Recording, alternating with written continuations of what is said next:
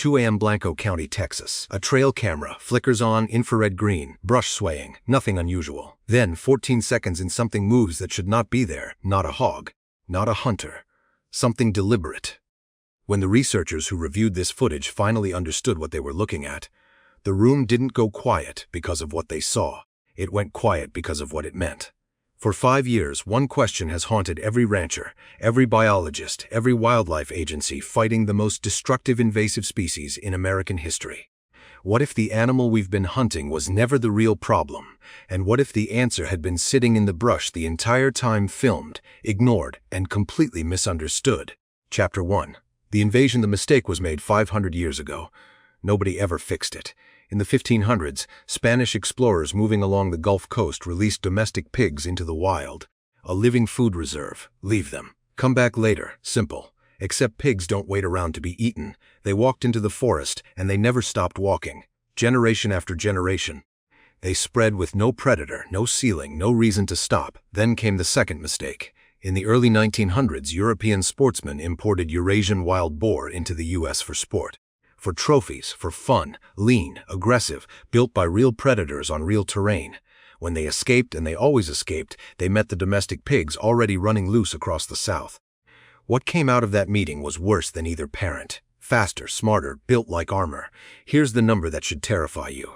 A single sow produces 2 litters a year. Up to 12 piglets each time. Left alone, a feral hog population can double in under 5 months. There is no ceiling, there is no plateau, there is only more today.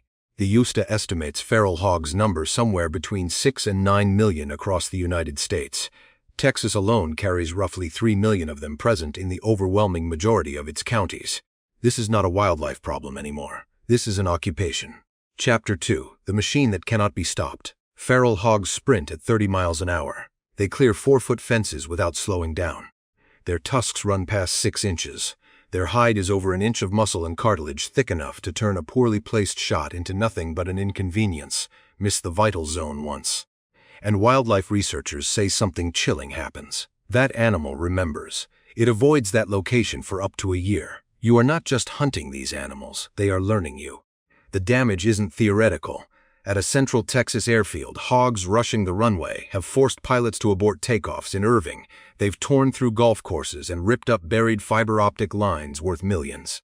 And in November 2019, in Chambers County, Texas, a woman named Christine Rollins, a caretaker arriving for her morning shift, was attacked and killed by a pack of feral hogs in the driveway of the home where she worked. The sheriff who investigated it called it one of the worst things he'd seen in 35 years on the job. That is what this animal is capable of. Texas A&M researchers, working with the National Wildlife Research Center, calculate the state absorbs roughly 500 million in feral hog damage every single year. Nationally, estimates run between 1.5 and 2.5 billion annually, and that number doesn't even count the livestock lost to disease. The ground-nesting birds wiped out before their eggs hatch, or the rivers turned to mud by wallowing herds. For decades, the strategy was simple. Trap them, shoot them, push them onto the next county's land. None of it worked. Chapter 3. The farmer who felt the war tipping. Picture a rancher standing at the edge of his cornfield one October morning. 3 acres flattened overnight. Fence posts snapped, irrigation lines shredded like broken rope. He'd set traps, hired dog teams, brought in professional removal crews who'd worked dozens of counties. The results lasted less than a week. Because the hogs that survive don't just come back, they come back smarter.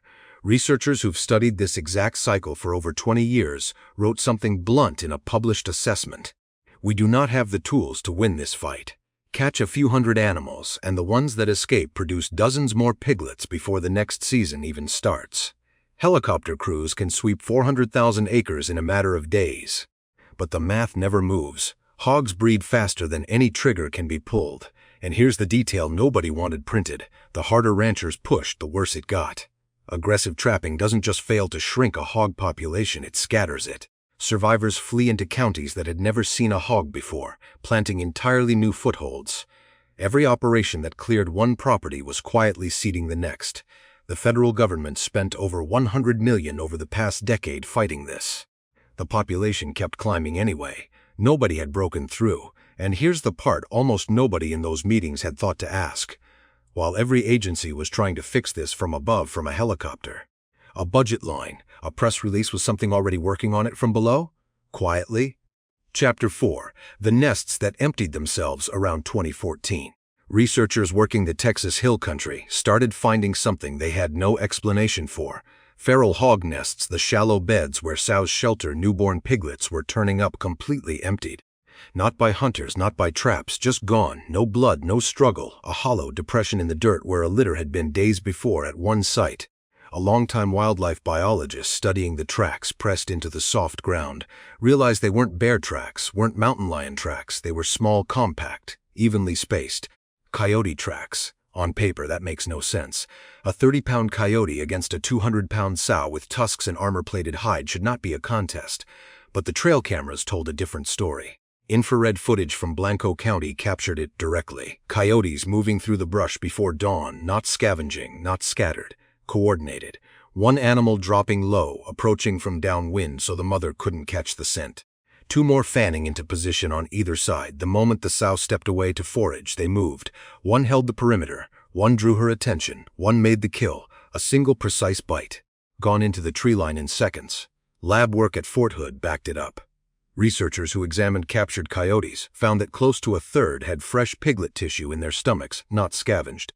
Not old, actively hunted in Georgia, Wildlife Services found piglet DNA in more than 30% of coyote scat samples collected statewide. This wasn't an isolated event. This was systematic. Multi-state. And it had been happening for years. Nobody had been watching for it, because nobody thought it was possible. Chapter 5. The attack no program ever targeted here is what that discovery actually meant.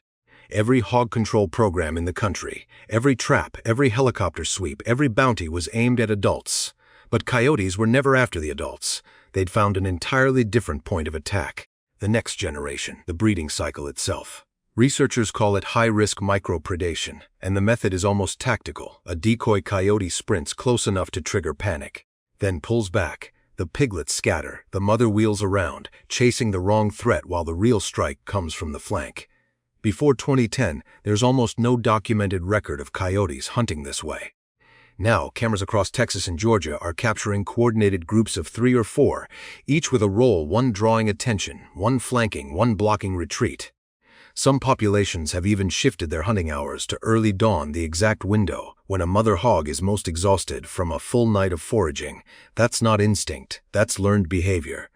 Passed down. Researchers believe the pressure came from us, decades of habitat loss, stripping coyotes of their usual prey, rabbits and rodents, forcing them to adapt to whatever was left. And what was left, in staggering numbers, was an unguarded surplus of piglets that every other predator in the ecosystem had overlooked. The coyotes didn't overlook them. Chapter 6. The numbers nobody was reading right in Texas. Documented piglet losses to coyote predation have climbed over the past decade, in parts of Oklahoma and Georgia. Researchers have recorded meaningful drops in local hog populations in areas with sustained coyote activity. No traps, no helicopters, no bullets, in parts of East Texas. Over 30% of piglets vanish each breeding season, and those losses map closely onto zones with the highest coyote density. That overlap is worth sitting with. But here's where the story gets darker. From 2017 to 2020, several states ran bounty programs up to 75 for every dead coyote. Hunters collected thousands of payments. In areas where coyote numbers dropped sharply, hog populations rose. Nobody running those programs had seen the nest footage. Nobody had laid the piglet mortality maps over the coyote density maps. They were working from an old assumption that only adult mortality mattered. While ranchers spent fortunes on traps and flights that produced only temporary results, one of the few forces actually capable of hitting hog populations at the generational level was being paid. County by county, out of existence. To be clear, coyote predation is real, documented, and meaningful in specific regions. It is not on its own a solution to a multi-billion-dollar problem, but it's a piece nobody accounted for, and ignoring it came at a cost. Chapter 7. The new strategy late on a weeknight. A rancher checks a live infrared feed from a corner of his property, the same corner where he once lost 3 acres of corn in a single night. 30-some hogs moving slowly toward the center of an enclosure. He waits until every animal has crossed the threshold. Then he closes the gate. Smart traps, solar-powered, camera-equipped, remotely triggered, have changed the shape of this fight. Feral hogs are intelligent enough that if you trap half a group and let the rest go, the survivors will never approach that structure again. You get one real chance per group. And then the window closes for good. The new approach: leave the trap open and baited for 2 full weeks with no trigger armed. Let the hogs relax, let them return night after night. Bringing others. Only when the largest possible group is inside does the gate finally drop. Communities across rural Texas are now pooling resources for shared systems across multiple properties. Coordinated helicopter sweeps cover hundreds of thousands of acres in tight windows.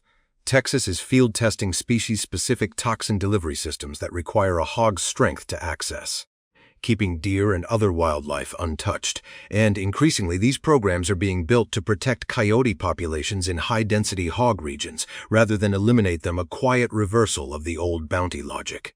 In one Atascosa County coalition, ranchers combining smart traps with coyote-friendly land management saw crop losses fall from roughly 600 acres of destroyed corn a year to nearly zero. The Texas model is now being studied by wildlife agencies in Australia and New Zealand, both facing their own invasive pig crises. Closing no trap replaces what a hunting coyote does at 5 a.m.